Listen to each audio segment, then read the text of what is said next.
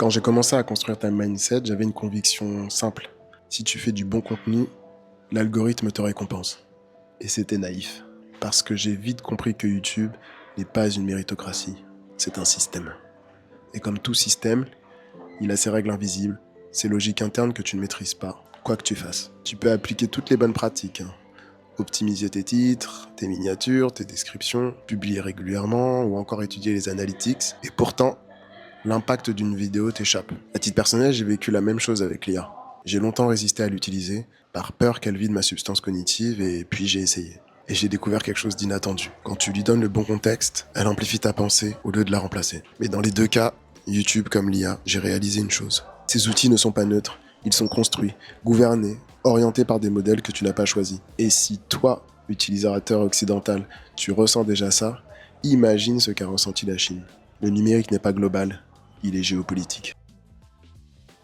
Bon, on nous a souvent vendu une idée simple. Internet égale liberté, Internet égale mondialisation, Internet égale même expérience pour tout le monde. C'est ce qu'on appelle communément l'idéologie californienne du web.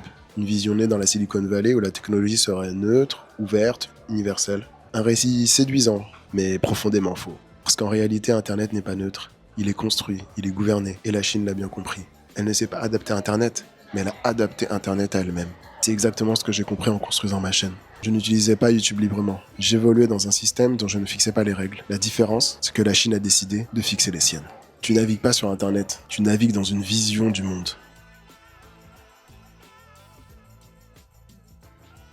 Pour comprendre ce basculement, je m'appuyais sur les travaux de Ghislaine Azémar et Mathieu Quignou. L'une est professeure en sciences de l'information à Paris 8 et l'autre docteur en droit international à Paris 2. Dans leur ouvrage Le numérique et le développement des Suds, qui est publié en 2016, ils partent d'un point de départ simple, qui recadre tout.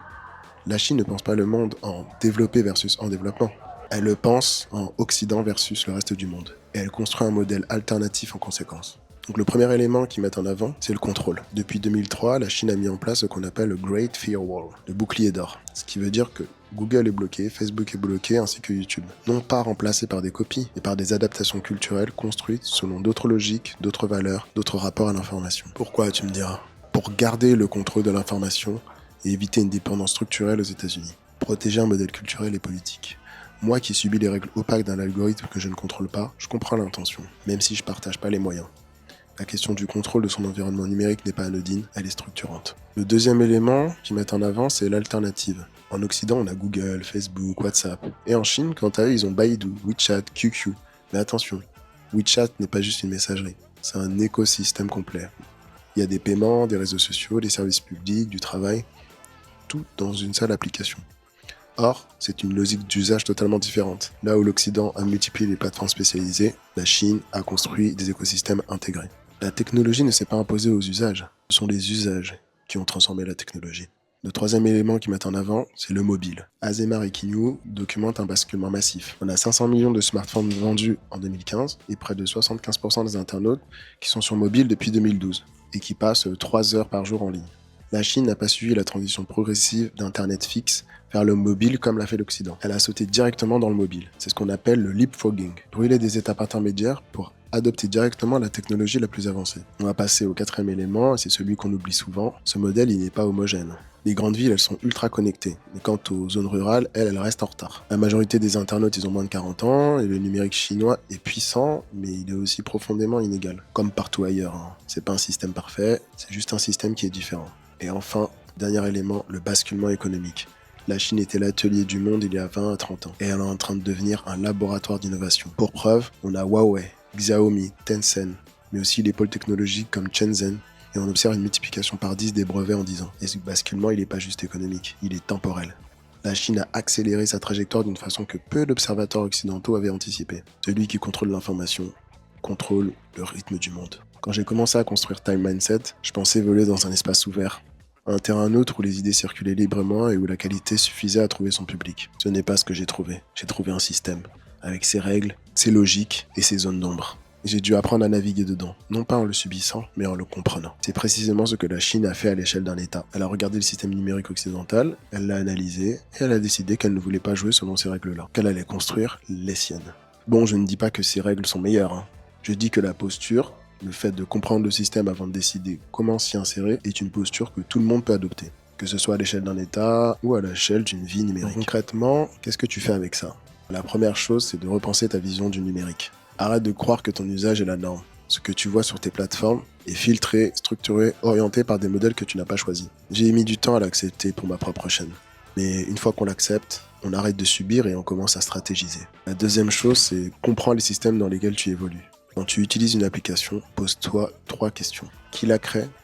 Pour quel modèle de société? Et avec quelles règles invisibles? Ce n'est pas de la paranoïa, c'est de la lucidité. Troisième chose, reprends le contrôle de ton temps numérique. Derrière chaque plateforme, il y a ton attention et donc ton temps. Si tu ne comprends pas le système dans lequel tu opères, le système, lui, structurera ton temps à ta place. C'est vrai pour un créateur de contenu sur YouTube et c'est vrai pour un citoyen sur WeChat. Mais c'est aussi vrai pour toi, maintenant, qui suis cette vidéo sur une application en ce moment. Si tu ne comprends pas le système, lui, structurera ton temps à ta place. En clôture, on peut dire que la Chine n'est pas en train de copier le monde. Elle est en train de proposer une alternative, un autre Internet, un autre rythme, une autre manière de vivre le numérique. Et toi, tu es au milieu de tout ça, entre plusieurs modèles, plusieurs visions, plusieurs futurs possibles. Ce que j'ai appris en construisant Time Mindset, c'est que le numérique n'est jamais un espace neutre. C'est un terrain de jeu dont quelqu'un d'autre a fixé les règles. La question n'est pas de refuser de jouer, c'est de comprendre les règles avant d'entrer sur le terrain. La Chine a fait ce choix à l'échelle d'un État, et toi, tu peux le faire à l'échelle de ta vie numérique. Le numérique ne sera pas global, il sera fragmenté. Et n'oublie pas, le temps ne se gère pas, il se structure. Et aujourd'hui, ce ne sont plus seulement tes choix qui structurent ton temps. Ce sont les systèmes numériques dans lesquels tu évolues. Comprendre ça, c'est déjà reprendre une part du contrôle. On arrive au terme de cette capsule. J'espère qu'elle a pu te permettre d'y voir plus clair sur le numérique en Chine. Si c'est pas déjà fait, abonne-toi, partage cette vidéo. Et puis quant à nous, on se retrouve jeudi prochain. Nous verrons un des enjeux majeurs de l'IA sur le continent africain. Bon, moi, je prends la tangente. N'oublie pas, le temps ne se gère pas, il se structure. Fais bien attention à toi. C'était Mourad. Peace.